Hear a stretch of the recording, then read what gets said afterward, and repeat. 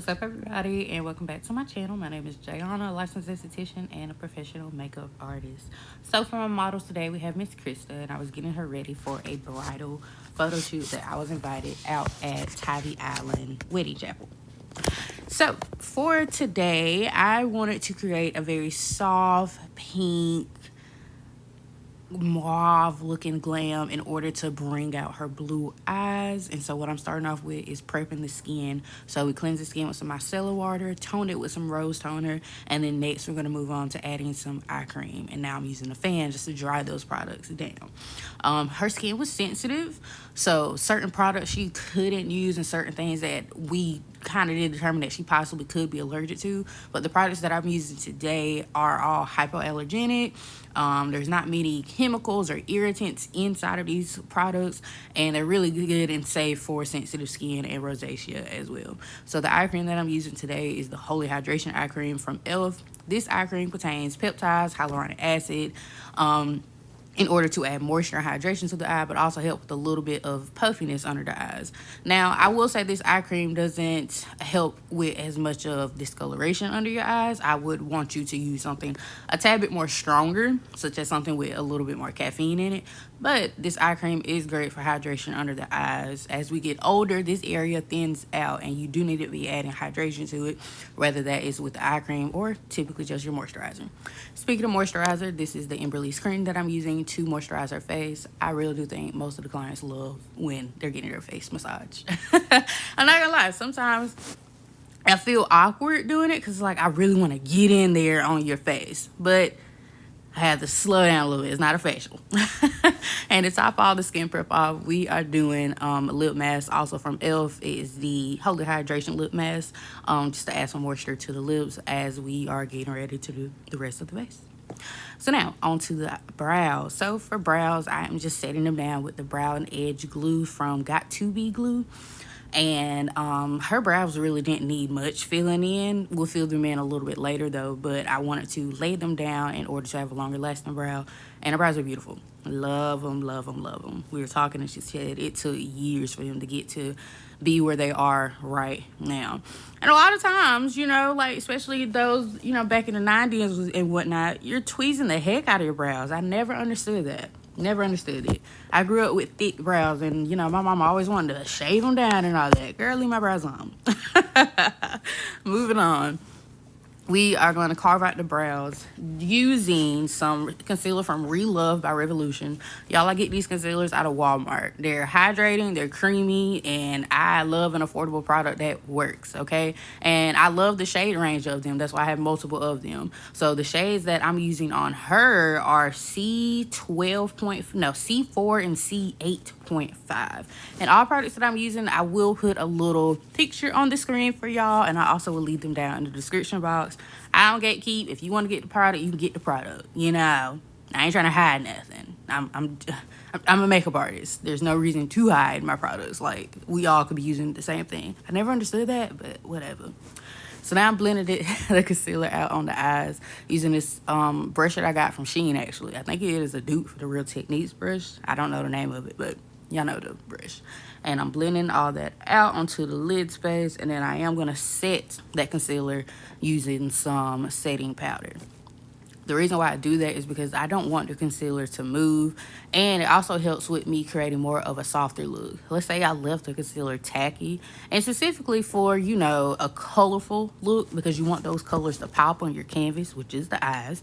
I would leave the eyeshadow primer or my concealer tacky, but because I want a softer look, especially for a bridal glam, we're going to keep it soft.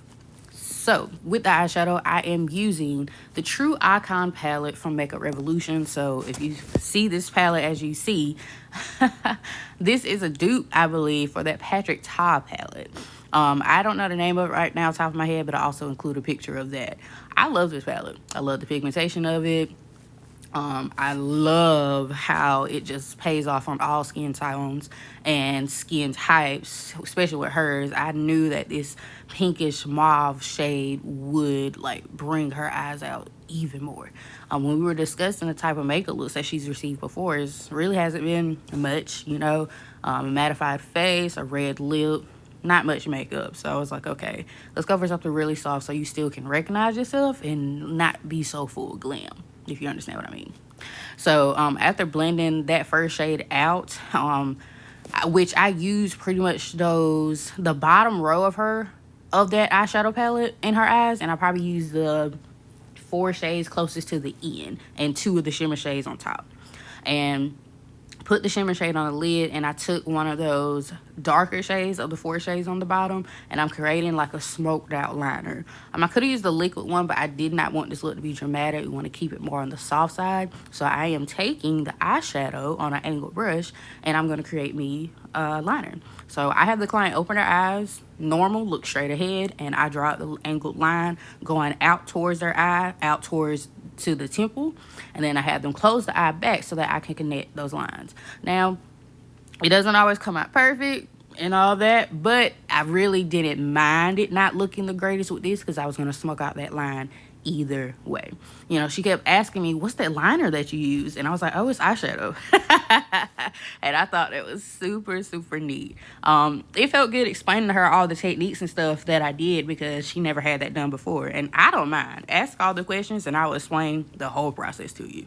Now, I'm smoking this out using this eyeshadow brush just to soften it just a tad bit. I will add some more towards the end. One thing about it when it comes to eyeshadow, I don't want to spend too much time on it in those first like 30 minutes of the makeup because I can always come back and fix it. I am adding a little bit more shimmer to the lid space, and then I am going to darken up the eyeshadow. Now right here I was like, oh, I messed up the look because I should have picked up a smaller brush, but it's not the end of the world. We just do the same thing on the other eye. So I did take that same color, I believe, that I used for the liner, so-called liner, and I put that into the crease. And I just wanted to deepen it up a little bit, add a bit more definition to her eye because it was soft, but I was like, it's missing something. So that's when I went in with another color. So now we're going to move on to the brows. The pencil that I am using is the Makeup Revolution Precise Brow Pencil in the shade Dark Brown. Absolutely love this pencil. Y'all know I've been using this pencil on myself for such a long time.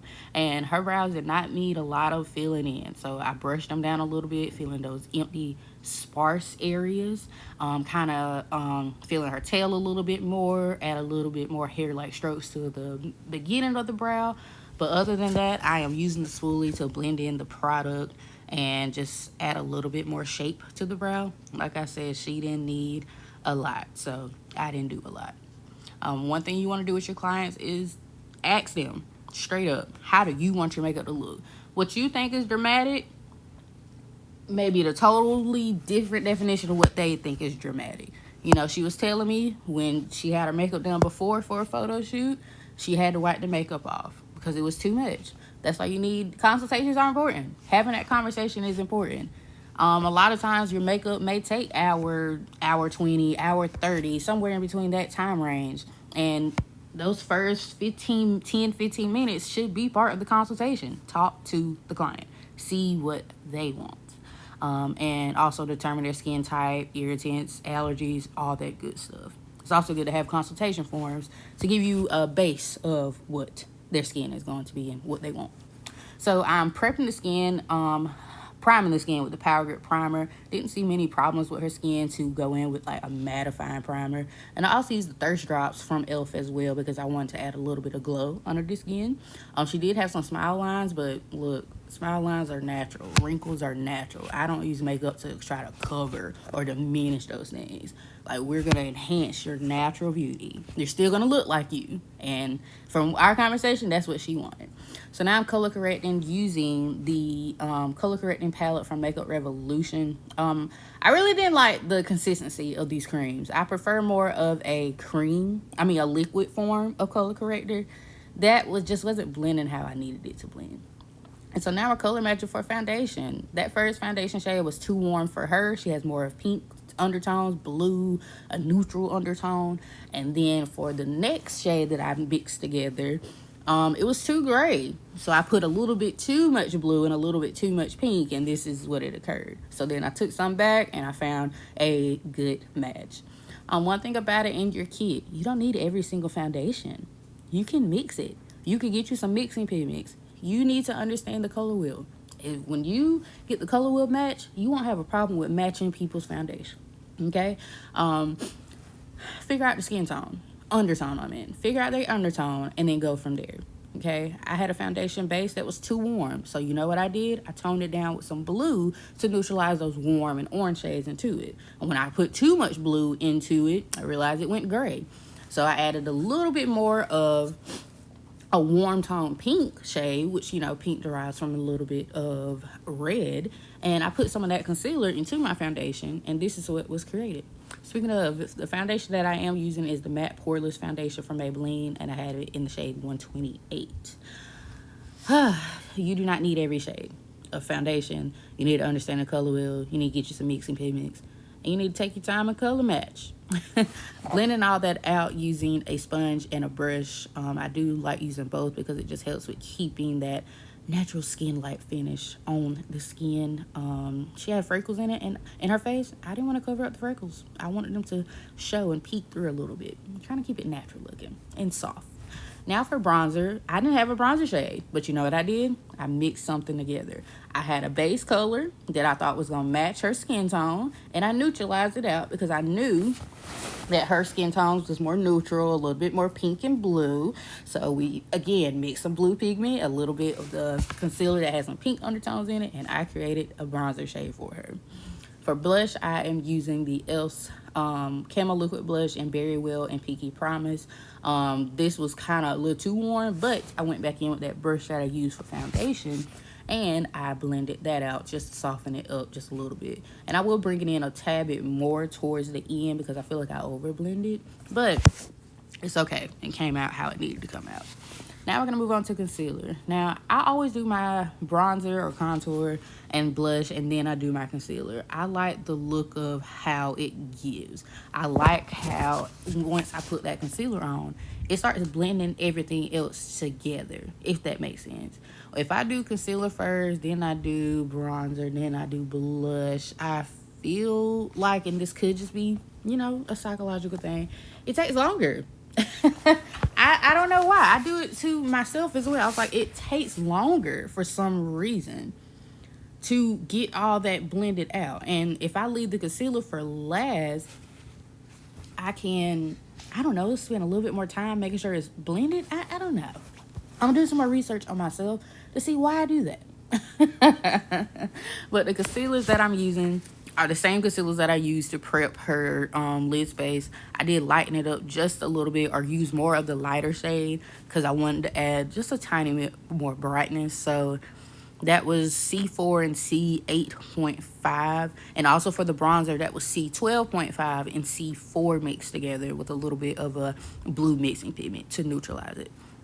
So now I'm blending all that concealer out using a sponge, and I will go in using a tiny little setting brush, especially get up under the eyes. Have your client look up whenever you're blending out the concealer under their eyes.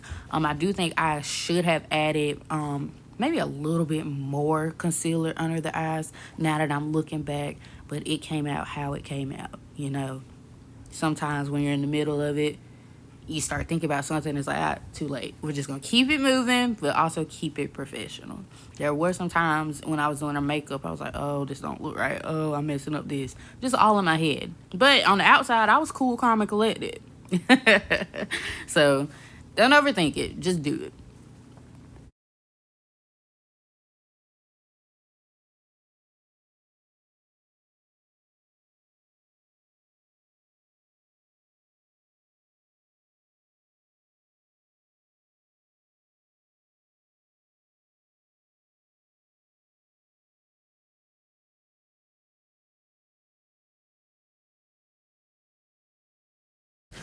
Now I'm bronzing up the skin. I'm actually using the Nude Essential Palette from Bolive Beaute, and the shades that I used to create a perfect bronzer for her was Suntan, Butter Pecan, and Snowflake.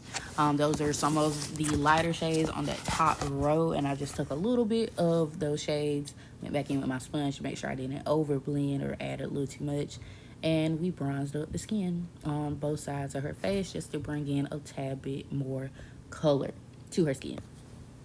And then after we finish up the bronzer, we are going to move on to blush. For blush, I use the Makeup Revolution palette from a collaboration that they had with Roxy. I don't know who that person is, but I bought that palette from Ulta and it did get discontinued, but I love that palette. I love the blushes in it. And I use in the first row that second shade, and the second row that second shade as well, to create this pink tone blush to also match the liquid blush that I created or put on her face. Now we're locking in the face using the Continuous Setting Mist from Morphe just to add some more hydration. And now we're going to finish up the eyes using those same two shades I used on her eyes, and we're just blending out the bottom of the lashes. I went in with some brown mascara because I thought brown would have just brought out the blue eyes even more rather than black. I feel like black would have been a little bit too grungy, a little bit too dramatic, and the brown is just adding softness. One thing I didn't mention, I did set her eyes, and I think yeah, that clip is in here, but I used Laura Mercier powder, the translucent honey powder, to set her eye space. I do need to get a lighter powder for lighter skin tones, but that worked well under her eyes. And now I am just doing the top lashes with the same brown mascara, and now we're going to move on to the lips while the glue is drying for the false lashes. So for lips, I took BFF Colourpop pencil, their lippy pencil, and then I used BFF 2. I took BFF first just to line the lips. I try not to overline them, but I will clean up any mistakes that I have either with my sponge or using a Q-tip. One issue that I have with Colourpop pencils, and it's not just the issue with Colourpop, but with a lot of brands that use that plastic around their pencils. Please make wooden pencils. I think it is easier to sharpen them. You don't have to worry about them pushing in. I don't know if anybody else has had that issue with these pencils. The actual pencil pushes back into, the part that I'm holding. And I was like, do I need a specific sharpener? And I was like, does Colourpop have one? I didn't see one, but if y'all see one, let me know. But I love Colourpop pencils. It's just they're freaking difficult to sharpen. I hate that plastic wrap around lip pencils. I feel like lip pencils should be either retractable or they should be wooden. I don't know. It's just, I don't know. It's just bothersome to me. It's very bothersome to me. I don't like it. So now the next lip pencil I went in with is BFF 2. So this was a tad bit darker, and it matches her eyes a little bit more too. And blending those in together really created a pretty lip combo. She really liked her lips. Like, she was like, what is it? Can you tell me what it is? I said, absolutely, and I'll leave you a sample for it if you want to touch up your lips. What I need to start carrying is more touch-up kits. But especially for bridal clients, but for other clients, I'm not doing a touch-up kit for every client. Unless you're like wedding. But other than that, I'm not making a touch-up kit for everybody. That's a lot. I'm sorry, y'all. That's a lot.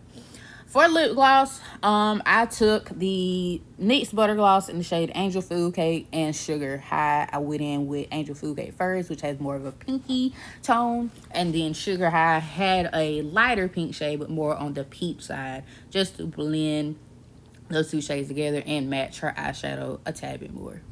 Now we're going to move on to lashes. Oh, the lashes with the thin band can be so difficult for me, but I think the issue is I'm using my fingers instead of using my tweezers. So for now on, there will be tweezers in my makeup kit to ensure that the lashes are on all the way. And I tried something different this time. Typically, I had the client close their eyes and I put the lashes on, but I realized that was making their eyes get stuck. Have your client look down, look to the left, I believe, or look to the right. I can't remember, and then put the lashes on. Now we're going to lock it all in with the Morphe Setting Mist and the Makeup Revolution Setting Spray. And we're going to have some pictures at the end to show y'all the end result. But this is the end of the tutorial. I really hope y'all enjoyed this tutorial. God knows I enjoyed this. This is a great opportunity for my business. I got some professional headshots taken. She loved the makeup. Like I said, she said the last time she got her makeup done, she had to wipe it off. And this makeup was very natural looking. And she felt really pretty, and that is my goal for all of my clients here at my makeup business. Look at that. Look at us, y'all, and look at her eyes. You see how it brought out the blue? Oh, it was just so freaking gorgeous. Thank y'all so much for watching. If you haven't subscribed already, subscribe, girl, and click that bell so that you're notified of all my uploads. Give this video a thumbs up and leave some positive comments down below. I'll see y'all later.